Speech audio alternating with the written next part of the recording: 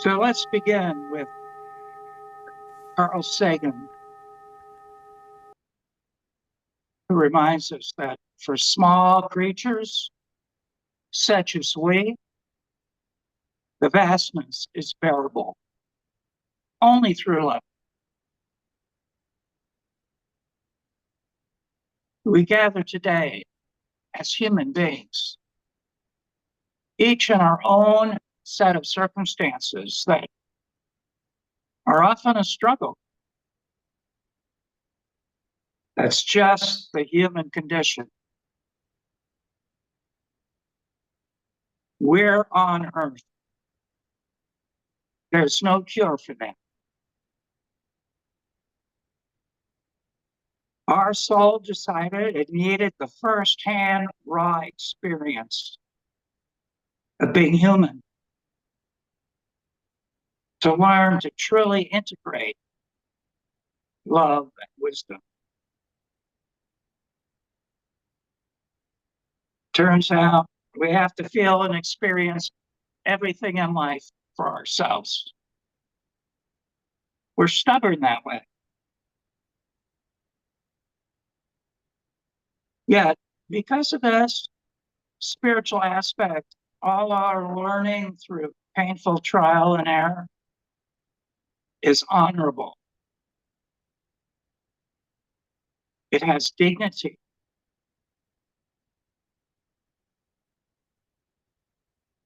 We also gather today as spiritual beings that just know deeper down in the center of our being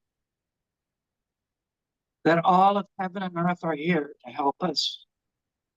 And being here together is a way of deepening the experience of this essential truth of who we are that we forget when we're toiling in the fields, in the coal mines of our own process.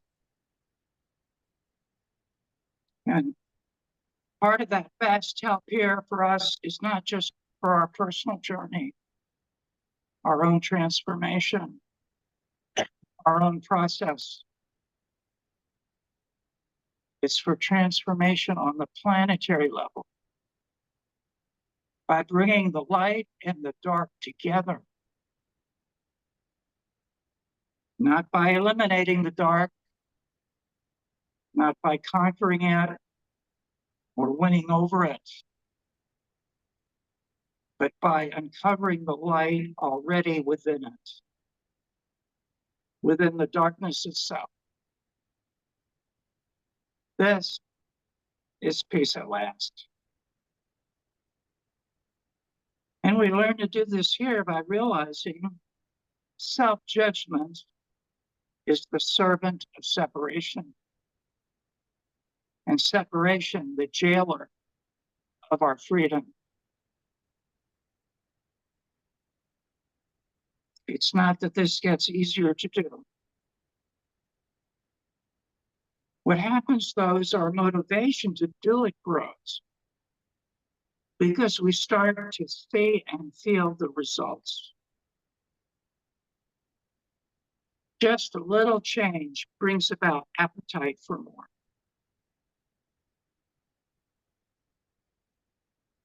Peace is not a thing to find or get, to have or to lose. Peace is an energy that streams through every particle of the universe. All of us, each one of us. This is a key part of the work that is often overlooked as we focus on the nitty-gritty of taking on our illusions and images.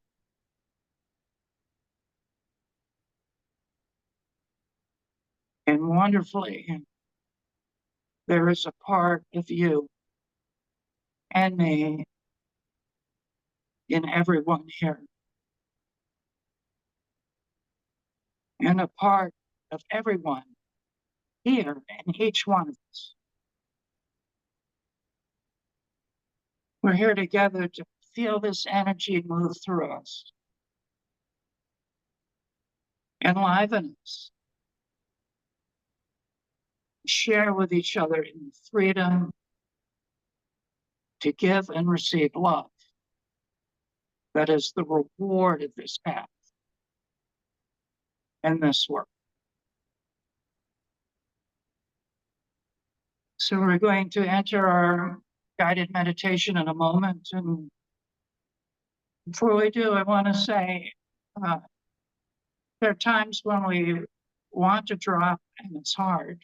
We just seem stuck and unable to. So there's a few things I want to say to consider. Teacher Sharon Salzberg reminds us that there is nowhere the mind can wander to and no distraction from which we cannot completely let go. Remember that power. Let go and in a moment and be free again in the moment we so choose. So if you feel stuck, let yourself make a choice to be free and feel that astonishing influx of grace where you just can let the struggle go just like that. The mind is just bluffing when it insists you can't be still.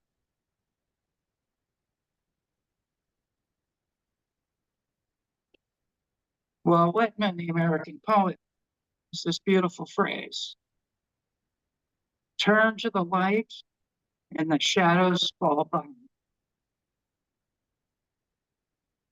So let's do that now as your eyes soften. And visualize yourself turning to the light and all your shadows falling behind.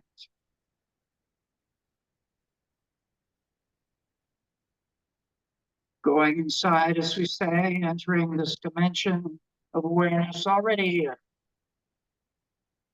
waiting for you, waiting for me. Riding the breath. Letting the breath be the sacred experience it actually is.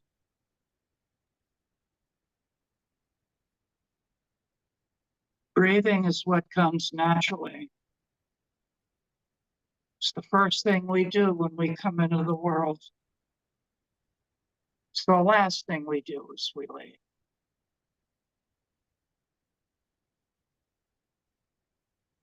Let the breath breathe you. Just let your mind get out of the breath's way.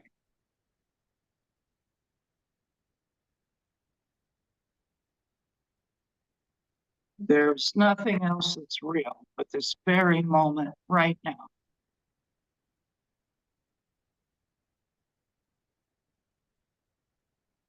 Just being willing, breath by breath, is what brings presence.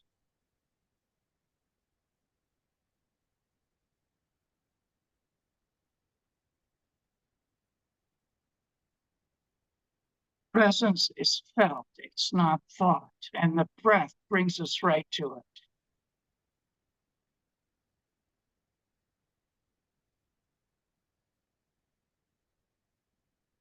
Allow yourself to feel it now.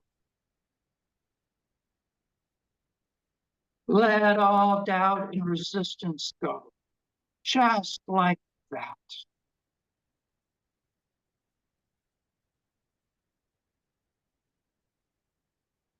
Just awareness of breath all by itself is the doorway to awakening.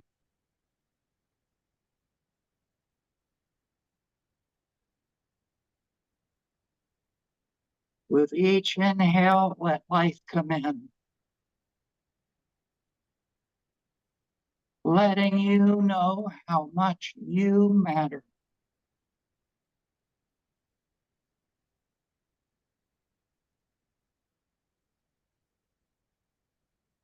With each inhale, let the truth of this wash through you like a tide.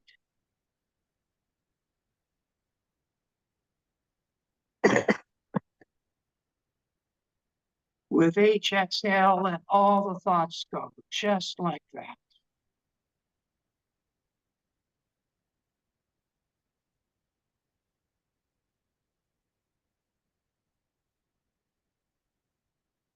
Pure experience of being is as close as this very breath.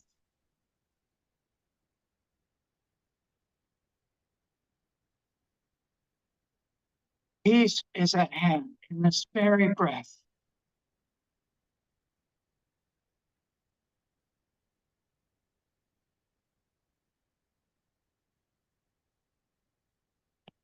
Let stillness take you to the core of life already inside you.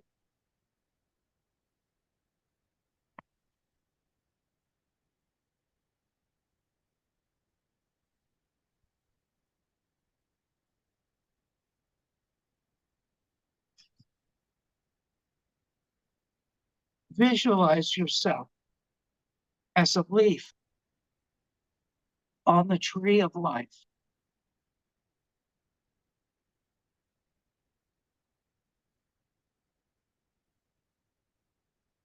Let it be as real as it is.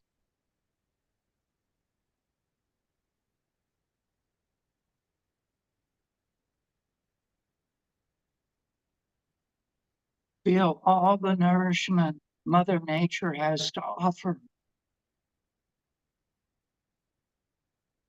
coming into you.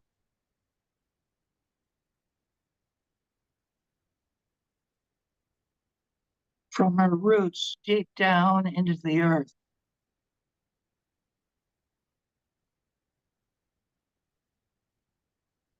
From the branches reaching into the light and the sky overhead.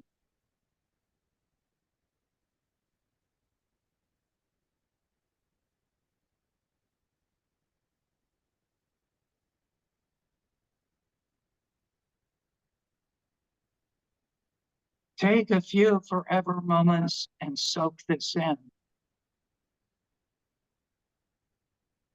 All the way in.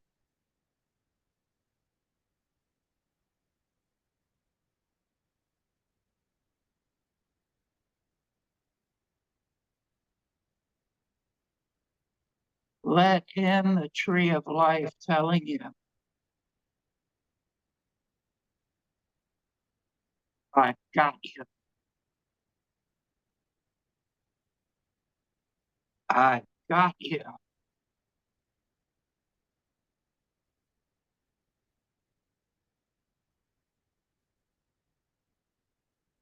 No matter which way the wind blows, no matter how fierce, feel your unbreakable connection to the tree of life.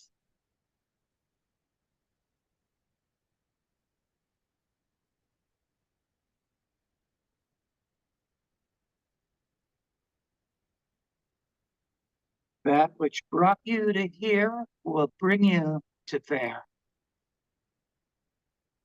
Trust it.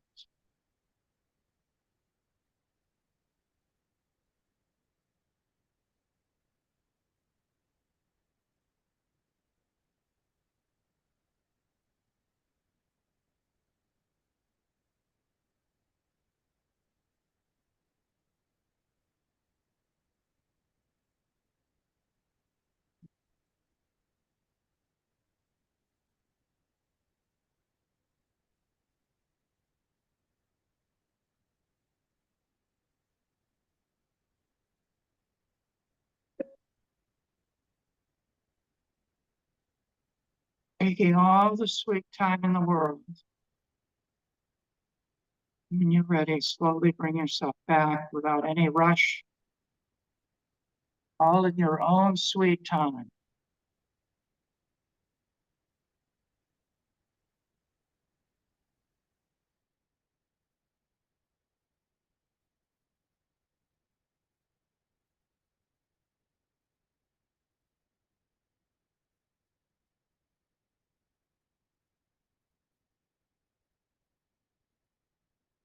letting your eyes, when ready, come back to the screen.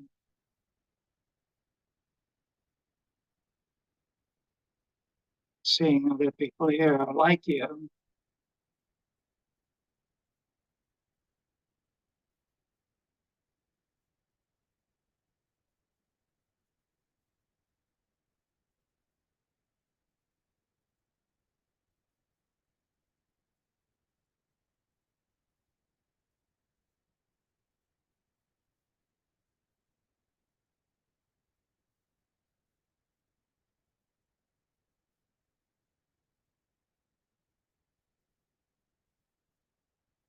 Okay.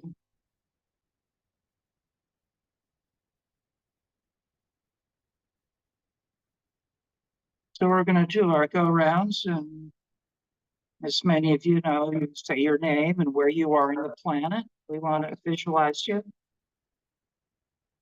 And just a few words about what you're noticing going on for you right now. And anybody can begin, and we'll just go popcorn style.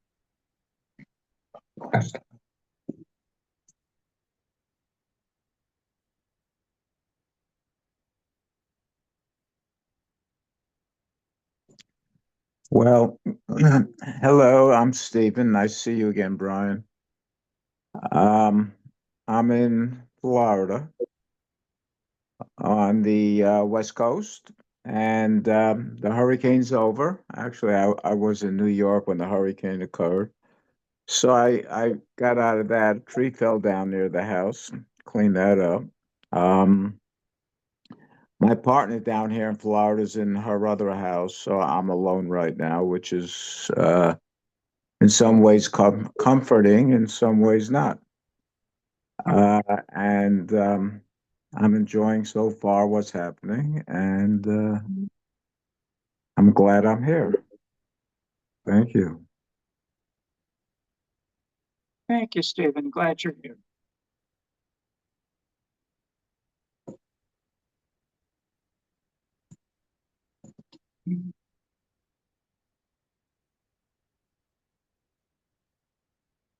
And remember to keep yourself muted when you're not actually speaking. Thank you.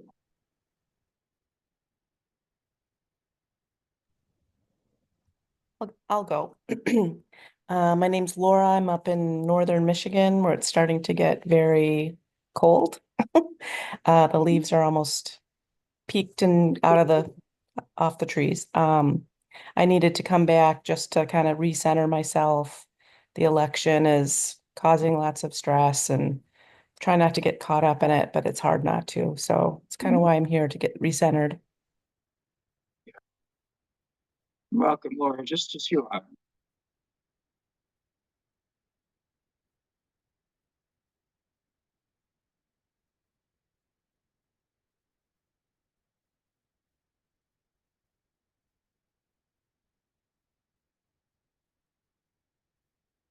Hello, everybody. I'm Judy. I'm from Toronto. Nice seeing you all. It's been a while since I've had a chance to join, and I'm happy to be here. Welcome, Jim. Glad to have you, as always.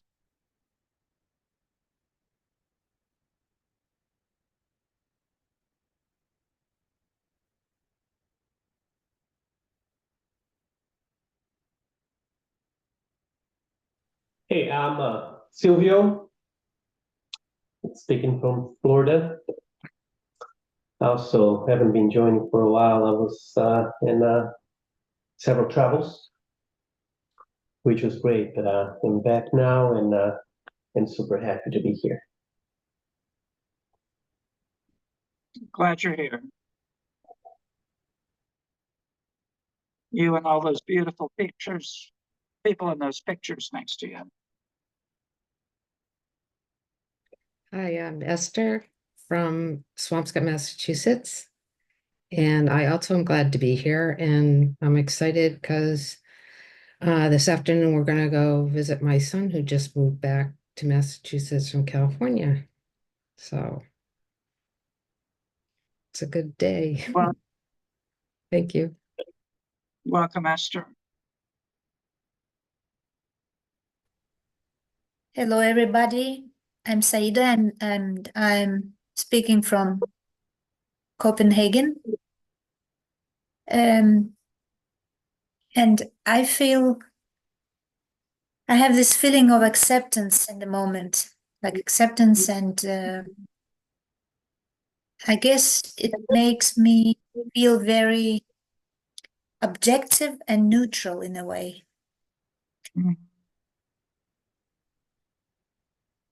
Okay.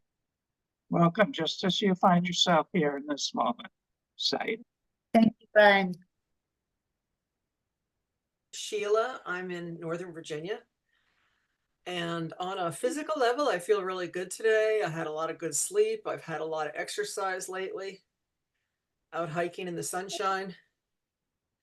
And but on a internal level, I'm feeling sort of disgusted with myself. And I guess I'd say disappointed, verging on disgusted. You know, coming up against some of the same things I've been battling all my life. And from what I understand, previous incarnations also.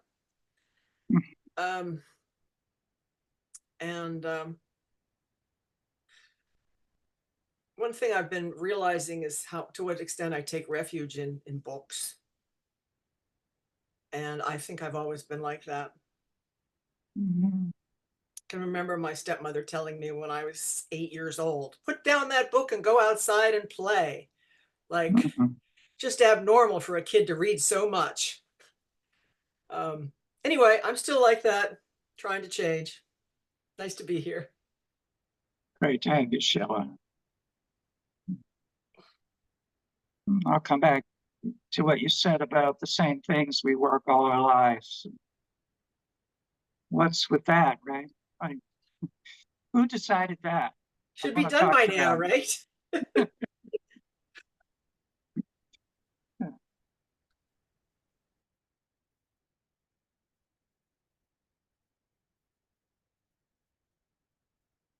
Well, I'll go next. I'm Dan. I'm in Richmond, Virginia. I'm mostly relaxed and pretty open. I appreciated the Tree of Life visual imagery. And just glad to be here.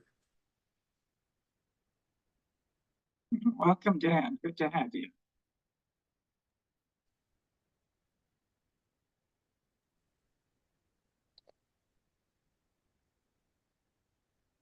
I can go next. I'm Chris.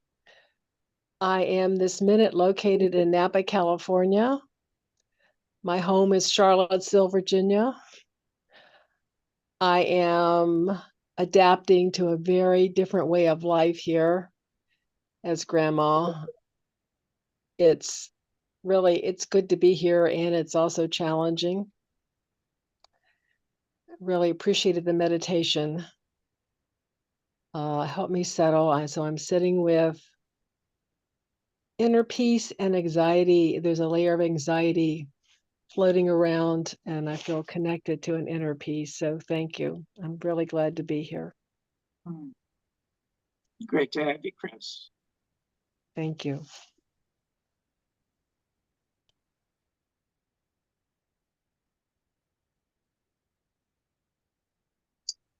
Yeah, my name is Elisa. I'm connecting from Florence, Italy.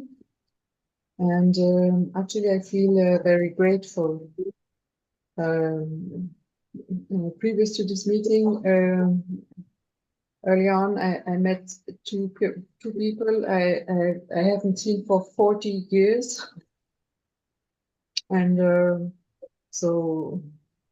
And we spoke about the same things we are discussing here, we are talking about here, and that felt so good, you know.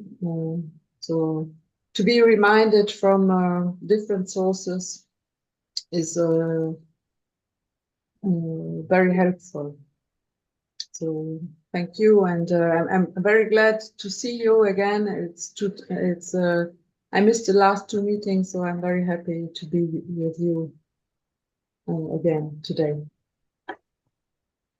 Glad you're here, Lisa. Welcome.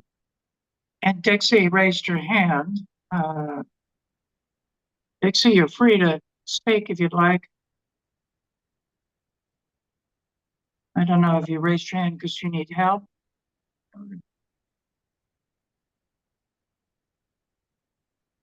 Okay, well, let's keep rolling along. See who else is ready to go with a little hello to the rest of us. Okay, I'm Kathy. I live in South Carolina. I'm having a hard time settling down this morning. Okay. Very understandable. I can feel some of that in me. Glad you're here, Kathy. Thanks. Mhm.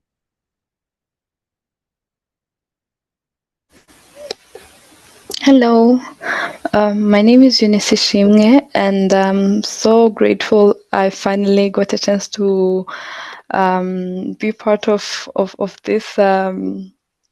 this this group. I'm feeling a lot of emotions currently. The meditation was great, but it brought on the surface so many emotions that I haven't yet been able to process right now. I'm glad you're here. Really appreciate you showing up. Flying with us on our magic carpet.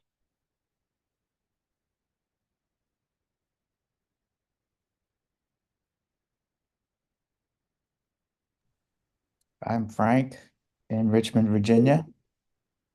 I'm glad to be here. Brian's energy feels really up today, and I'm grasping onto it. I will admit I've been entrenched in the anxiety of real life and the election cycle for too long, so it feels good to be here today, right now. Thank you, Brian. You're welcome, Frank, as always.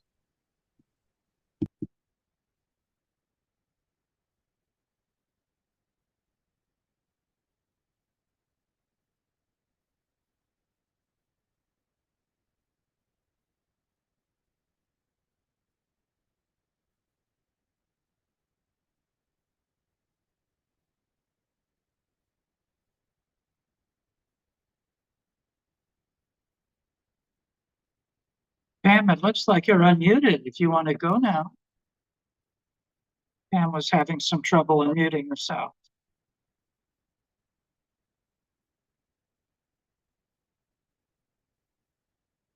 And while we're waiting for Pam, anybody else can please speak up.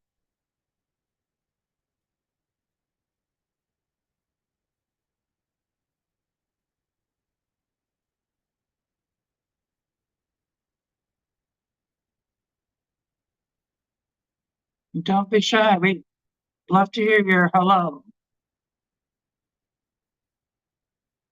Okay, Pam, can you make a sound? It shows you're unmuted.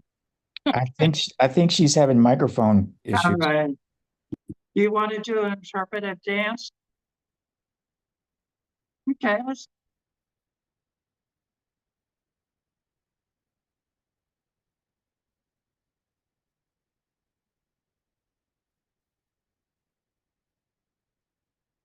Okay, beautiful.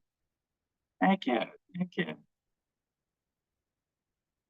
So I think everybody's gone, and of course that means now it's my turn. So my name is Brian. I live in Chapel Hill, North Carolina. Yeah, today I'm in Rome, Italy, and taking a break from my life. Doing me good to get out of my routine and feeling like a kid. Everything is new. Everything is. I'm curious, so forth and so on. So I have some fresh uninhibited happiness that Frank was picking up. On the practical side, since I'm away from home, I'm not with my usual computer setup. I'm using a little tablet, so it may be affecting what you see and what you hear. It's affecting what I see and what I hear. Plus, I have airplane ears, you know, from coming down through the sky, and I'm struggling to hear well, which I don't hear well anyway. So if you speak up and I don't recognize you, speak up again. It's always whatever you have to say here. Really, it's more important than what I have to say, for sure. So I'm really drawn to what Sheila said about really the nature of our human journey, where, you know, we end up working the same thing over and over in life. And what happens is we start to come to think and actually believe that there's something wrong with us.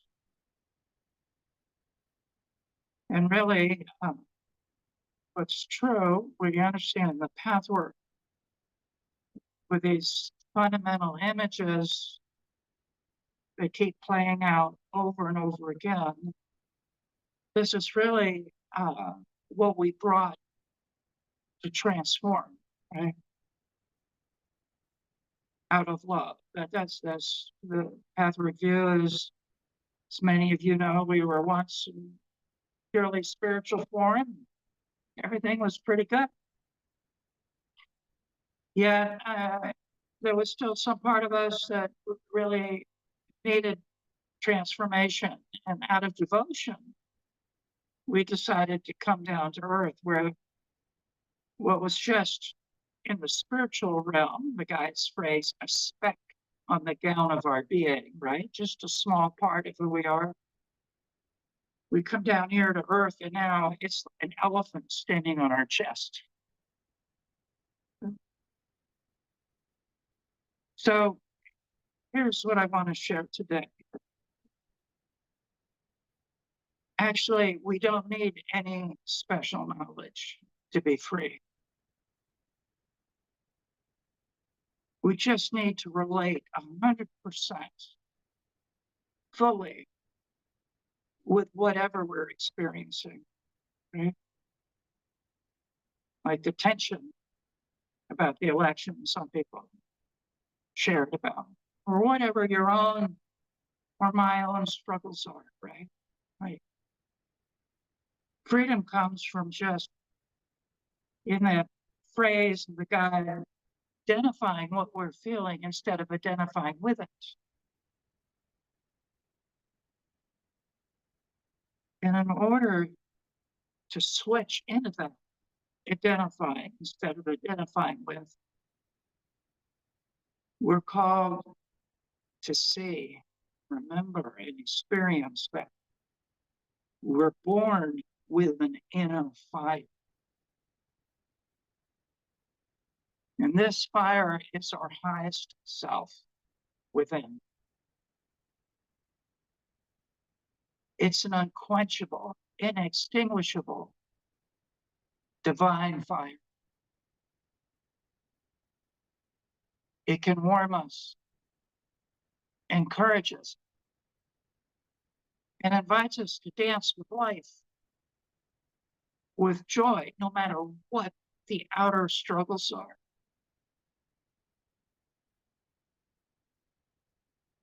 So as Eckhart Tolle reminds us, you get there by realizing you're already there, right? So what does this mean? It's a shift in our consciousness from the day-to-day grind to the grand, right? And we all have some awareness that this grand is inside of us, yet how do we connect with it? Well, as we keep inviting ourselves to do when we come together, it's just by slowing down, just by parking everything at the door and leaving it there. And just being together and feeling that energy of being together. It's amazing how much of it is here with us spread all across the globe, right? Yet feeling the energy here together is a way of reminding us that that energy is already inside of us when we're back home by ourselves.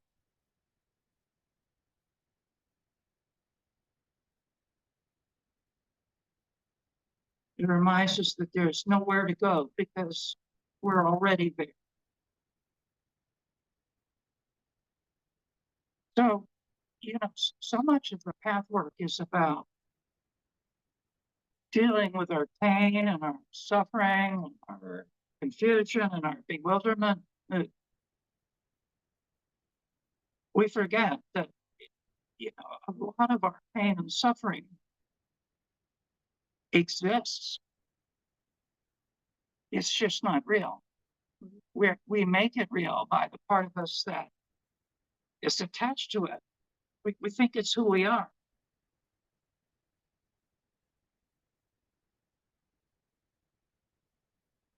So I keep wanting to find a way to share the key that I found to turn that lock, to being able to just feel the quiet happiness and joy that really is who we are, no matter what's going on around us. Well, the key is kindness.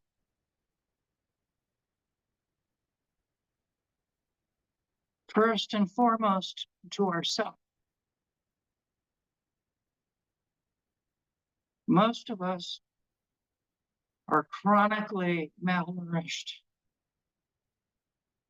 around kindness. Kindness, first and foremost, to the human being our soul is entrusted with.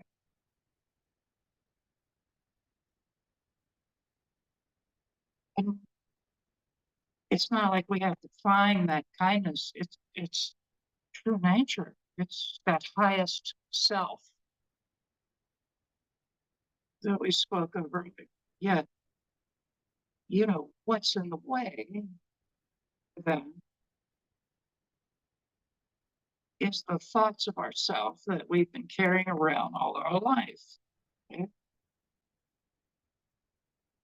The thoughts about ourselves that came from the voices that told us who they thought we were. They were big. We were little. They were powerful. We felt powerless. So we assumed what they said was true.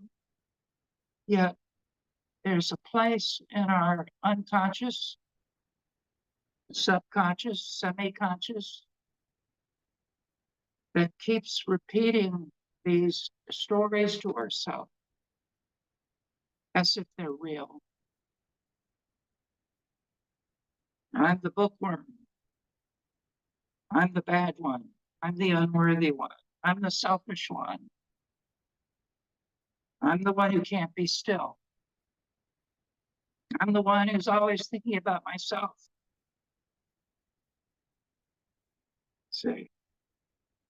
So here's the thing that's part of that key. In the Pathwork, we do years and years and years of work looking at, deconstructing, understanding, releasing our images, our vicious circles that really are just a rat's nest of these thoughts that we keep recycling. That's all of great value. It's really good to understand what happened and how we got here. Yet at some point, at any point, we can realize all of that is just a thought. It's just a collection of thoughts. And a thought can be seen for being just a thought and released and let go. Because a thought is coming from the mind. And the mind thinks it's the master of our universe, yet actually it's our hearts. It's our soul. Yet the mind has really bullied most of us, our thoughts, relentless thoughts, right? And like any victim of a bully, we're afraid of it. We don't want to upset it. We don't want to anger it. We don't feel as strong as it. So we go along with it.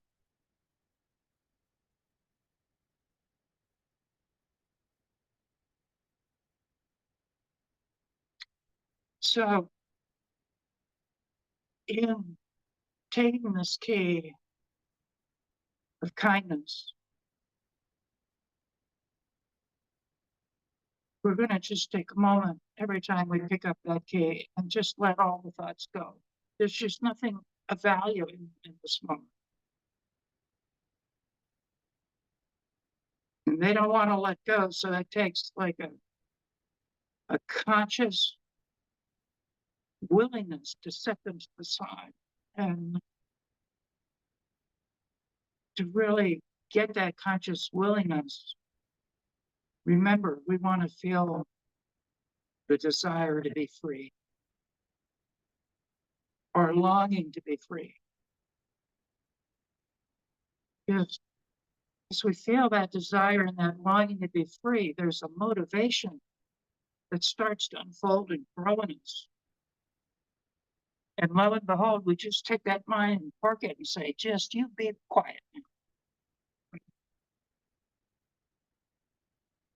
And in that moment, we start to feel some kindness towards ourselves because we've been there all along.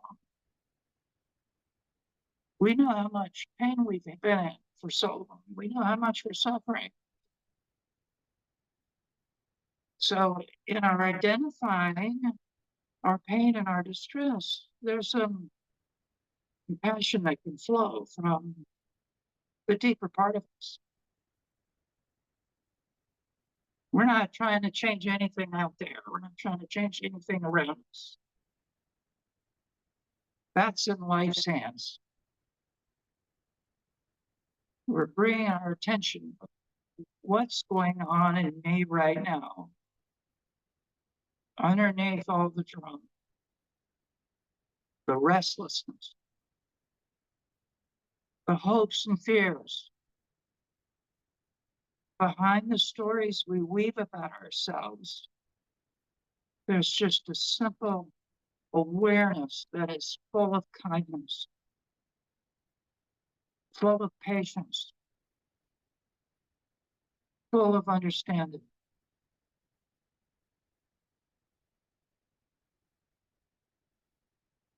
Rupert's spirit tells us that the mind does not find the truth. It gets dissolved in it.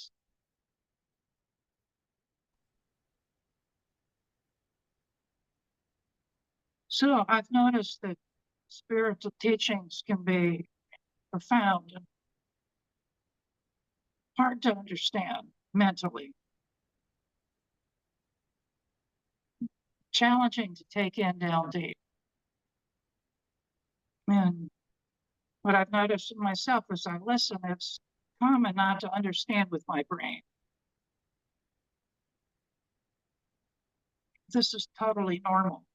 Remember, the brain wants to take things apart. The brain can't see things in their wholeness, in their entirety. So I really invite you just to keep letting the mind go. You start to, what does that mean? How do I do that? Just keep letting that go. And stay with that simple longing and desire to be free. And as we do that, it brings us to the place the teachings talk about. So I've noticed we think we have to heal our wounds to be happy. When actually connecting with our deep down inner well-being is what brings happiness. And happiness is what heals our wounding. Wow.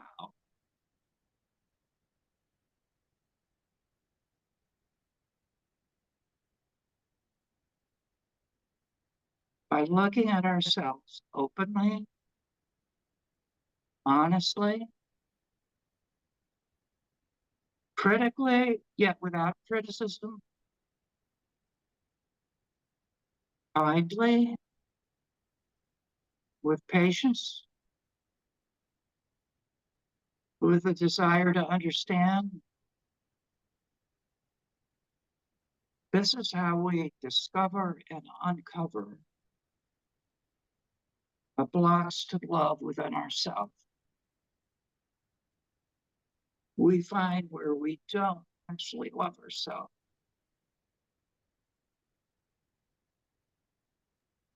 We pretend we can't love ourselves. How do I do that? When in fact, in the pathwork, we understand that we have a no, right? The lower self that refuses to love. And for most of us, the lower self has hijacked a lot of our thinking.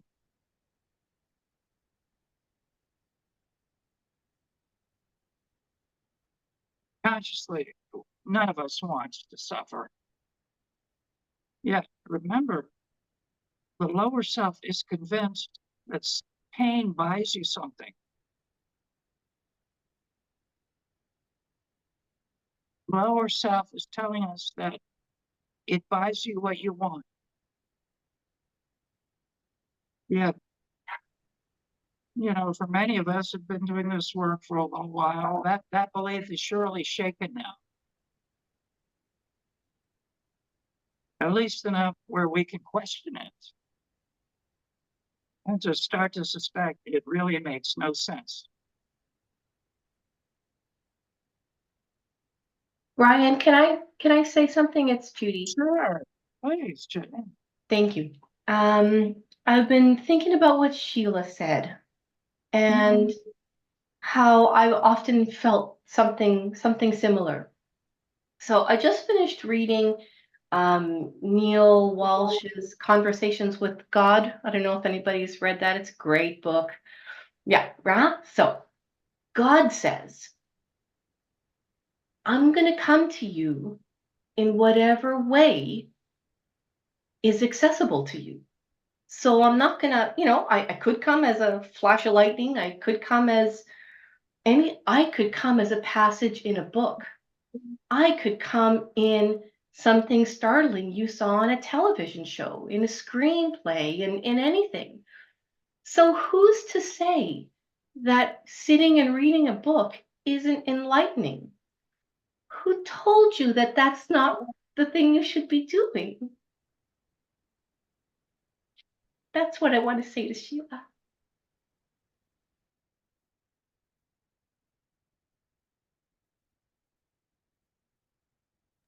Can I answer Nice. her? It may have been something, it definitely was something that I heard as a child, but I don't think that that means it was wrong. Because I can look at my life and I can see that, I'm overdeveloped on the intellectual side. And it's always easy to work more on the area where you're overdeveloped. And I'm missing out on things in life that I'd like to have. because I have such a what I experience as a rapacious curiosity. Like I just want to know everything, and it's all nonfiction that I read.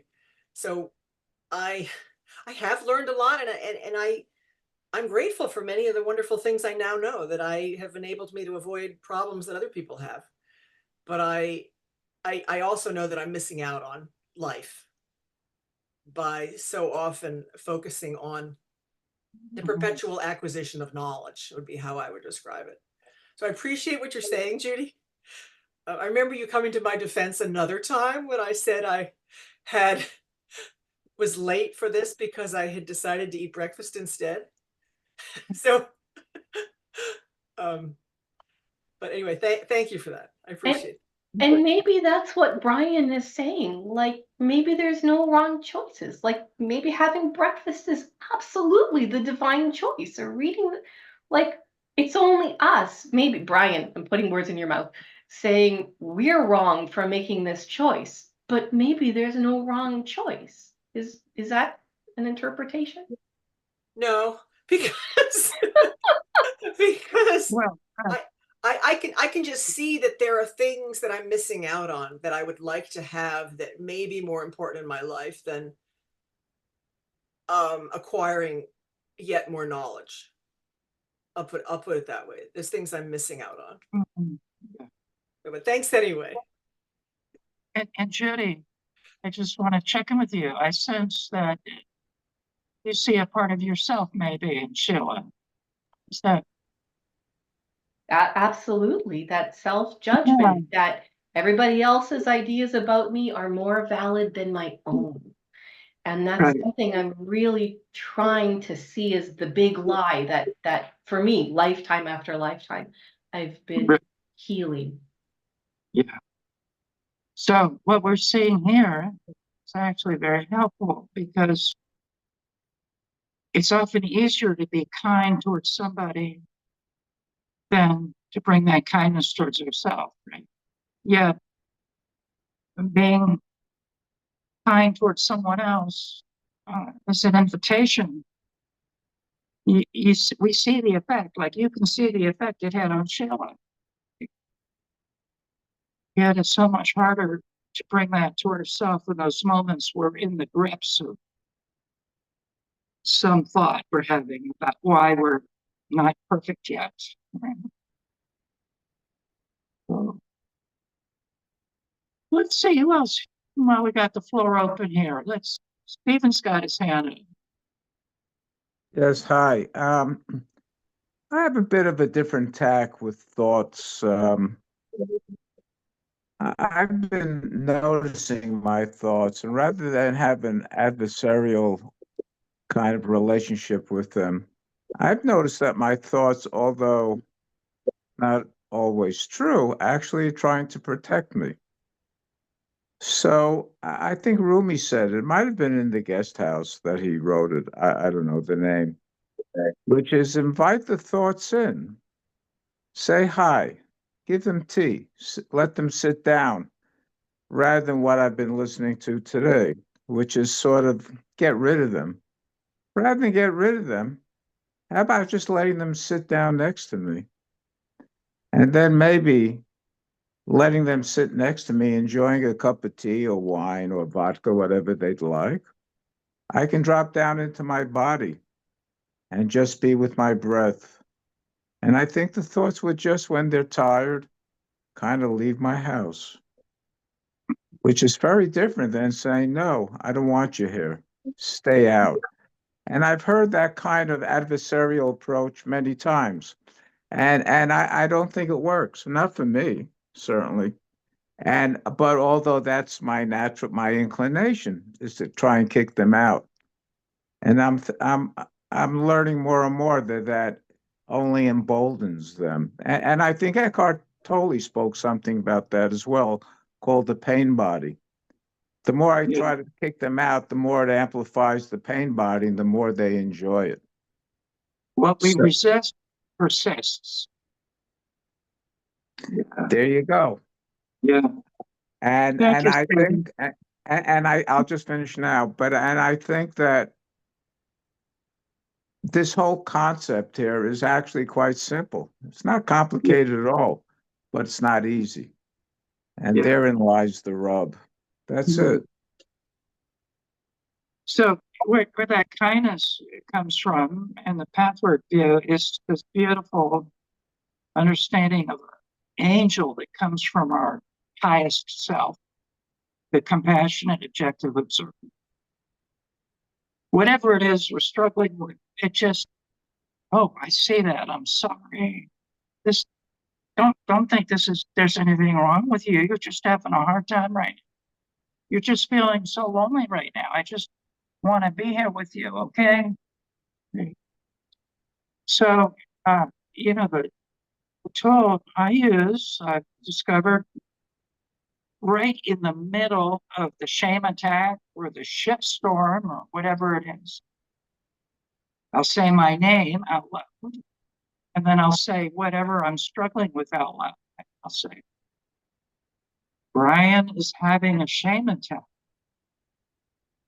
As soon as I say that, I start like, wow, really? I know what that's like. Poor guy, right?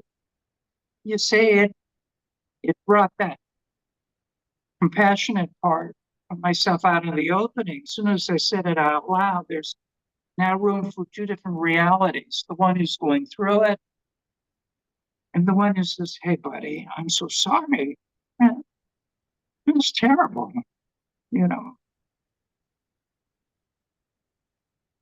Who else has got something here around this? Like, really, basically, we're talking about what we struggle with every day and we wish we could get rid of, right? Mine is there's something wrong with me. There's always been something wrong with me. I had a counselor tell me similar to what Stephen was saying, and that was to invite those feelings in, but just have it sit beside you and you've acknowledged it, not behind you or in front of you to lead you or ignore it. And that kind of stuck with me. So I do love that. Thank you, Laura. I want to thank Stephen for that insight, because it gave me an idea about what I should do, or one of the things I could do, which is let the part of me that wants to read all the time, let it have its voice. Let it speak to me about what I think I will be missing out on if I don't read all the time. That part of me needs to say, and we do this in the pathwork. We often set up a chair and have that part speak what it has to say. And it wants to say things like, what kind of trouble could I get in if I don't know everything? What kind of mistakes could I make? Knowing everything will keep me safe.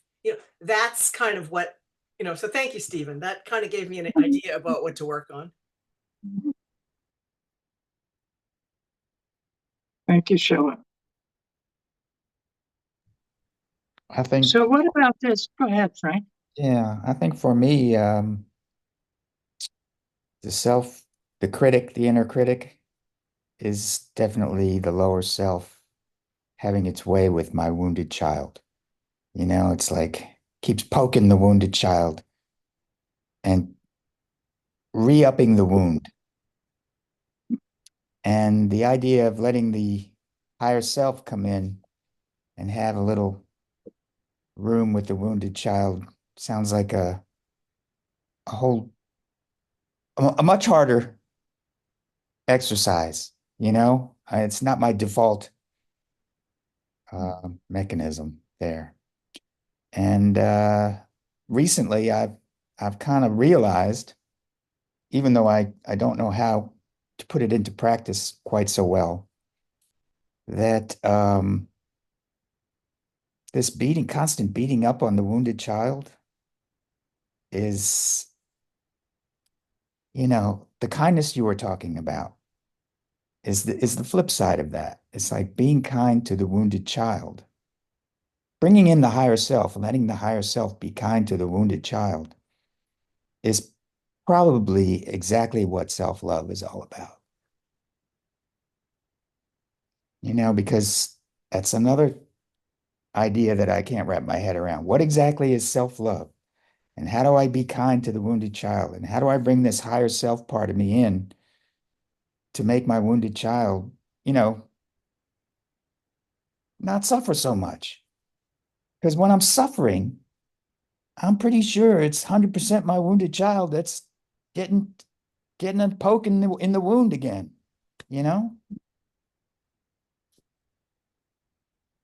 And I do that to myself. I don't need anybody else to do that. I just do it to myself. I'm curious, with a show of hands, how many people have a strong inner critic here? Right. Okay, me too, right? It's a curious thing, isn't it?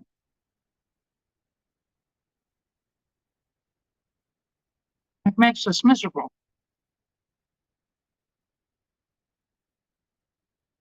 And, many of us wish we didn't have it. We wish it would leave us alone. Yeah, but what we're not aware of is what part of us unconsciously wants to have it around, our attachments to it. What's what in clinical psychology they call the secondary gain, right? And let's have a little discussion here around what do you think keeps this going, the inner critic? I could share a little bit about that. For me,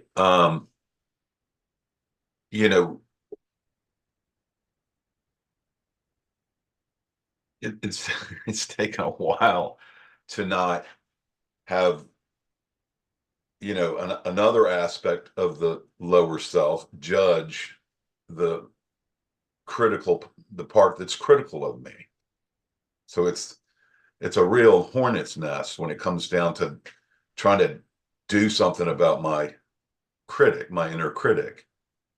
But my understanding at this point is as ineffective as it is in what it's doing, its primary purpose is in a very strange way to protect me. It's a very suboptimal way. But for example, if I say, oh, you screwed that up, or those people probably think you're an idiot, it's really, in a way, some part of me trying to protect me without really any awareness of the pain that it causes. Yeah.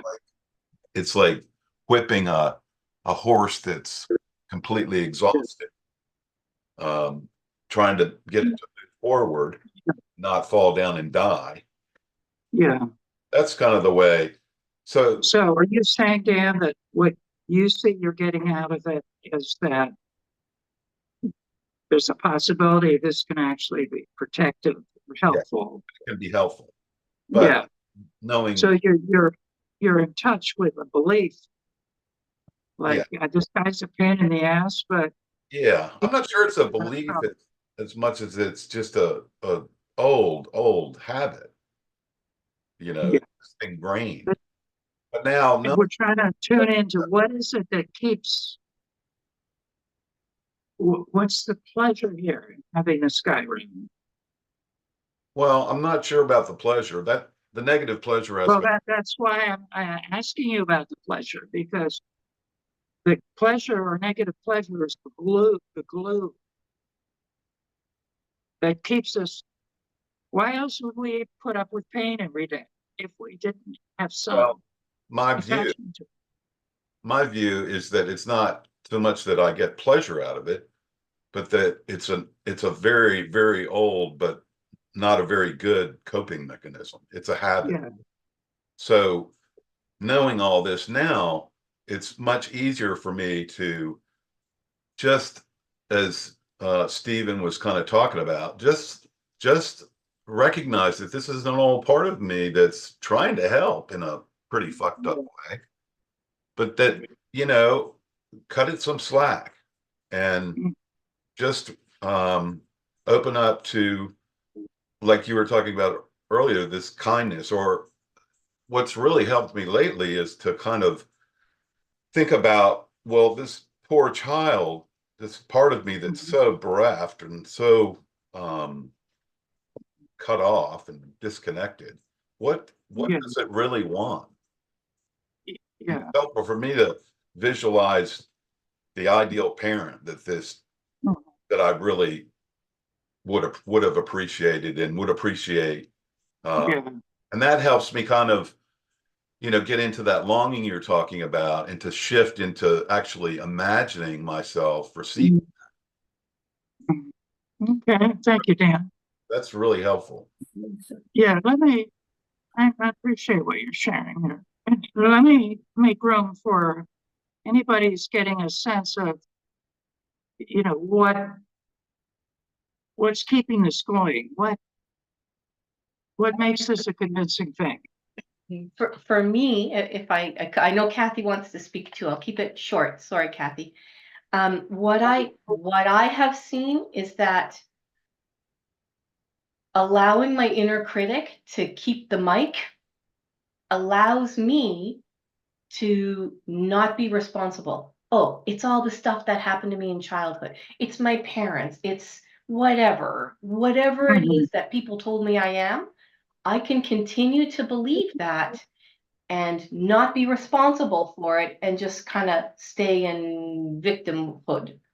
But if I challenge that voice and maybe say it's not true and move towards making it not true, then I have to take my own responsibility. And I don't like self-responsibility. It's one of the things I don't want to do. So that's my benefit.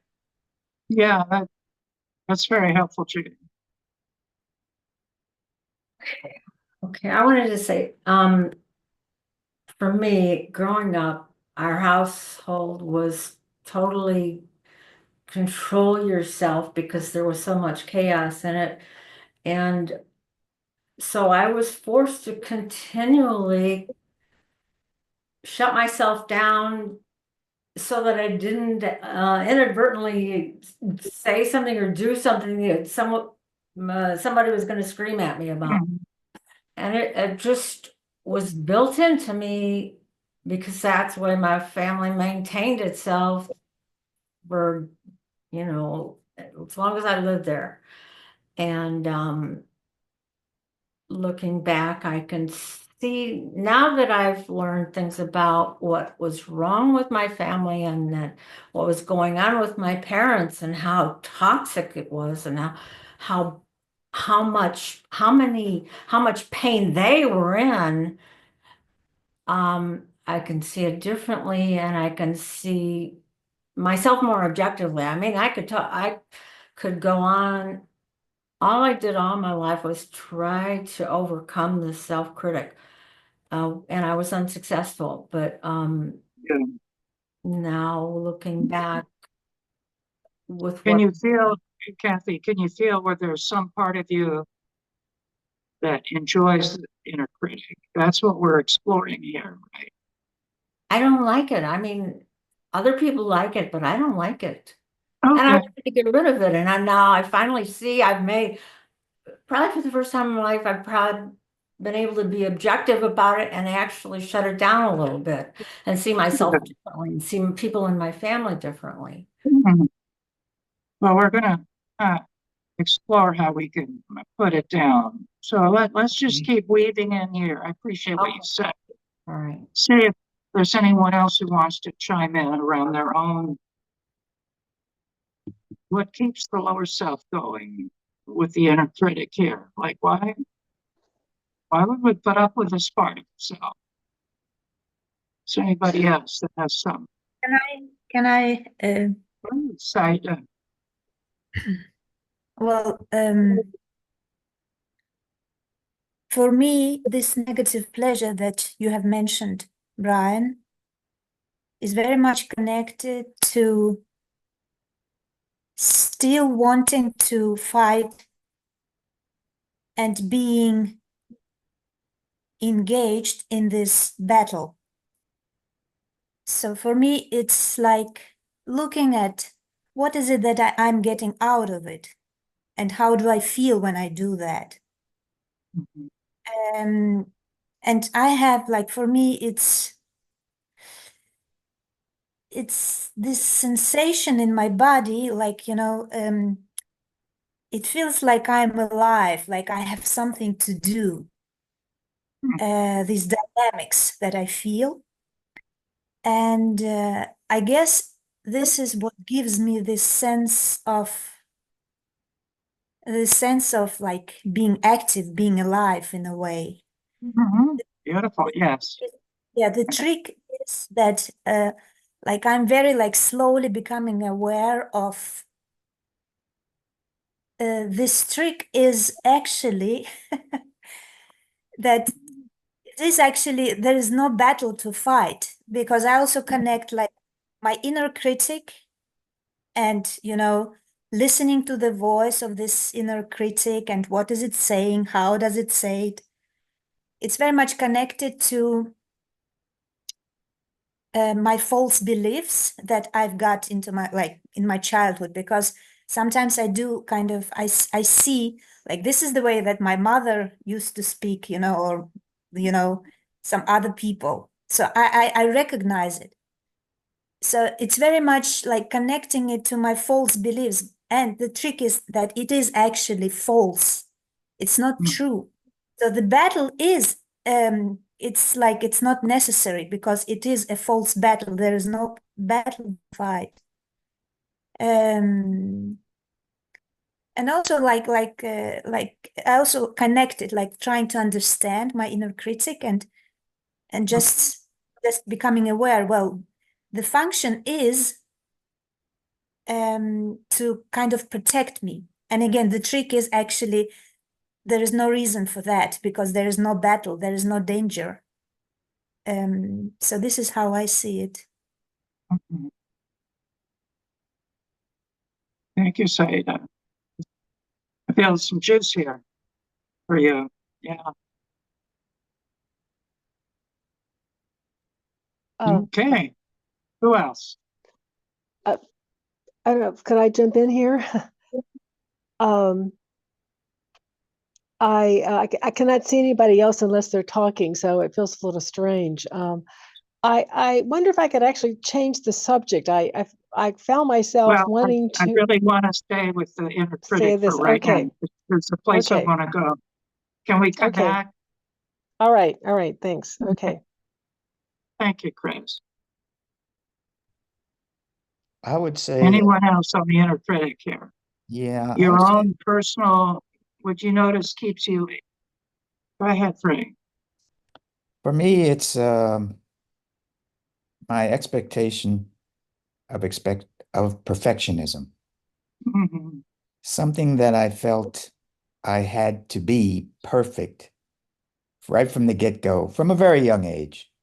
Yeah. In order to be noticed, in order to be successful. Mm-hmm. And every time that I don't feel like I live up to that, my inner critic, my lower self, comes up and says, "Look how imperfect you were again." Mm-hmm. You know? But I do think that Judy is definitely onto something with the attachment to victimhood, because the attachment to victimhood feels like the supreme negative pleasure. It's like, oh, look at me, I'm the victim. You know, even if it's just for a little while, doesn't that feel so good? Yeah. Yeah. Thank you, Frank. So, please, Elisa. Yeah, similarly to Frank, for me, the inner critic has to do with the perfectionism and with the heritage and the phrase, it's not enough. It's not enough. It's not enough.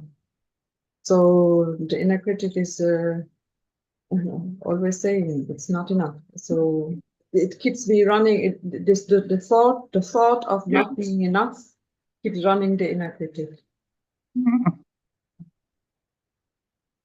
Thank you, Lisa. So one more moment before I speak. Anybody else on the inner critic, your own I can give personal? it, I can give it a Please try. ask. When in my childhood, I felt so bad about myself, I would pretend that I wasn't as bad as I really felt, because I really suffered. So I had to do this kind of pretend thing that it wasn't as bad as it was. And so all of that was an illusion. And so the payoff, the negative pleasure I got was, I could stay in this little world, I guess, of fantasy. And maybe it's like Frank's perfectionism and Elise's perfectionism, kind of. But yeah, because I was a failure. So it's kind of perfectionism from that perspective. So that's kind of how I did it. Was, I don't know. I'm trying to step forward. I had learned this concept about the little I being the wounded child and the big I being the woman. And that kind of helped to not think of them as so separate, like it's all me, so is this the little of I talking right now, or is it the woman talking or thinking? So Thank you, Esther. I would like to add something small. With the inner critic, for me, it comes in two ways. Sometimes the inner critic is really with me, and sometimes it's not, like it's really against me. And what I've noticed is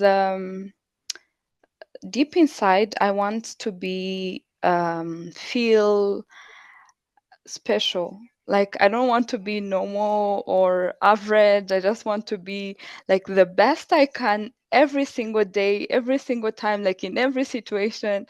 And that's so that drains my energy to a certain point. So lately I've been doing a practice like to just live life, to just be present, to just be there and not want to be special or to feel special.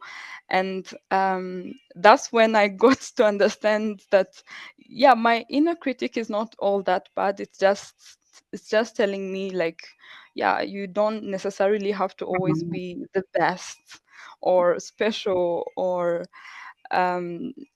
different. Thank you. I'm glad that's helpful. It's helpful because there's truth in what everybody's been sharing here, right? It's not like what one person says takes away, it adds to our understanding. So, what I want to say, the heart of the pathwork is an understanding of pain and pleasure that is profoundly helpful. Humans seek pleasure and want to avoid pain. That's pretty much what keeps us going. Yet in the pathwork, the guide tells us that pain and pleasure are one energy current. You can't separate them. It's just where you happen to be on that energy current. It can be pain or it can be pleasure, right? It can't be avoided. You can't feel pleasure without also being willing to feel pain. Yet, you see, our conditioning is to avoid the pain. So, the second part of this that's so valuable is the guide tells us that if you're just feeling one, the other is unconscious. You're feeling the part of the energy, one energy current that is conscious if you're just feeling pain. The pleasure is unconscious. You can count on it. You can take it to the bank. If you're feeling pleasure, there's also unconscious pain. It's very useful to make room for this understanding. It's really eye-opening. So, with the inner critic, where the pain and pleasure reveal themselves, is remember when the inner critic usually shows up, when we're struggling, right? When we're feeling some powerlessness, we're not feeling in control. So lo and behold, the inner critic shows up, tells us what we're doing wrong, blah, blah, blah. Whatever it says. Yet remember, the inner critic is a part of us. So in that moment of feeling powerless, overwhelmed, out of control, which is the pain, we get to have a part of us that's the know-it-all. Nah, I'm not like you. Yeah, you're pathetic. Look at you. You see? Yet that pleasure is unconscious. Yet you see the value of whenever we're feeling pain consciously to tune in to the unconscious pleasure because it's an energy current, right? We're energy creatures. We're creatures of energy. So wholeness comes from being able to hold pain and pleasure together.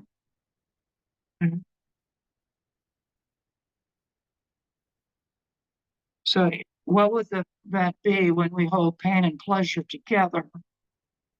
Instead of holding the pain consciously and being at the mercy of the inner critic, right? With the pleasure being unconscious. Well, a much richer, deeper, higher, vaster form of pleasure than being know-it-all is being kind, being caring, being loving. So in the midst of that attack, like I just made a huge mistake. I can't believe what I did. Oh my God, I did it again. When will I ever learn, right?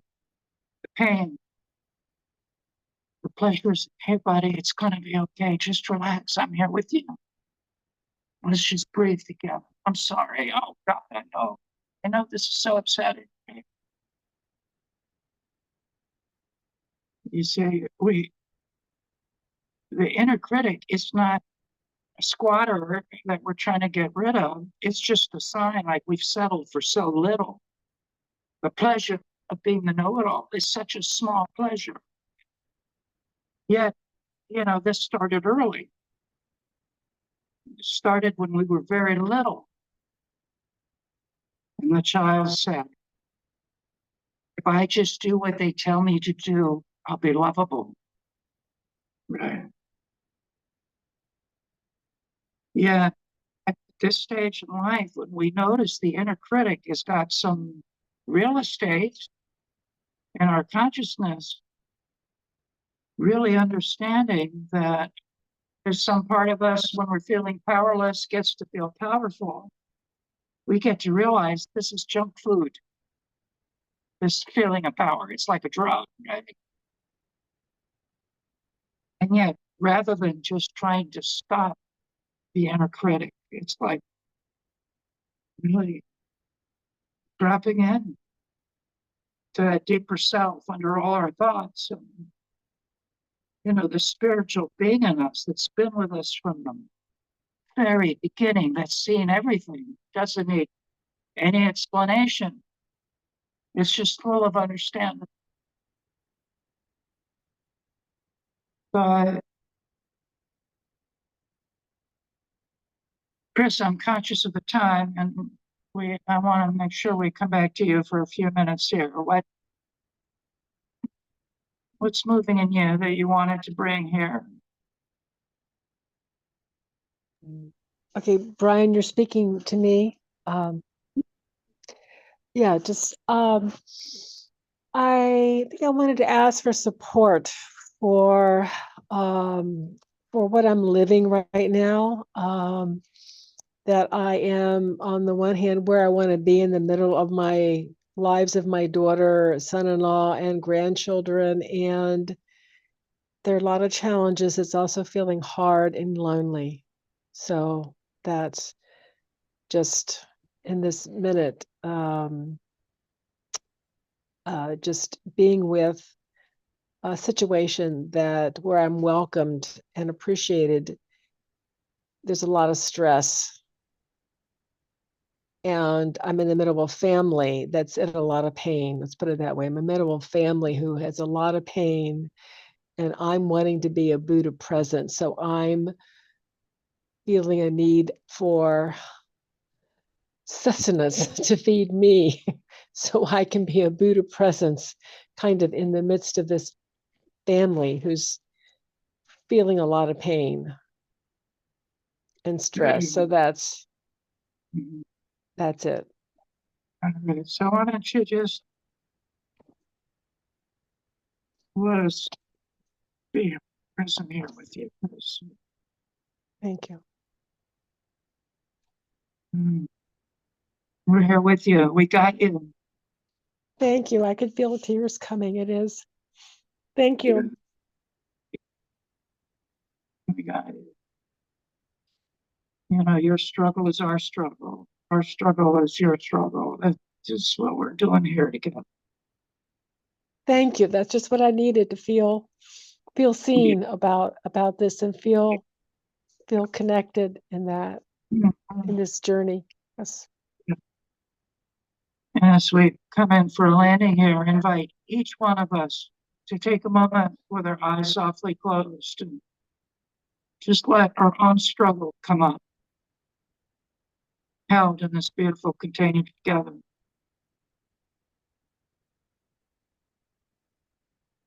And at the same time, opening our eyes and taking ourselves off mute, giving and receiving at the same time. I'm here with you. Be here with me too. I'm here with you. Be here with me. Here with you. I'm here with you. I'm here with you. I'm here with you. I'm here with you. Here with you. Be here with me. I'm here with you. I'm here with you. I'm here with you. I'm here with you. Be here with me. Be here with me. I'm here with you. Thank you, beautiful collaborators and co-creators. You're beautiful and I love you.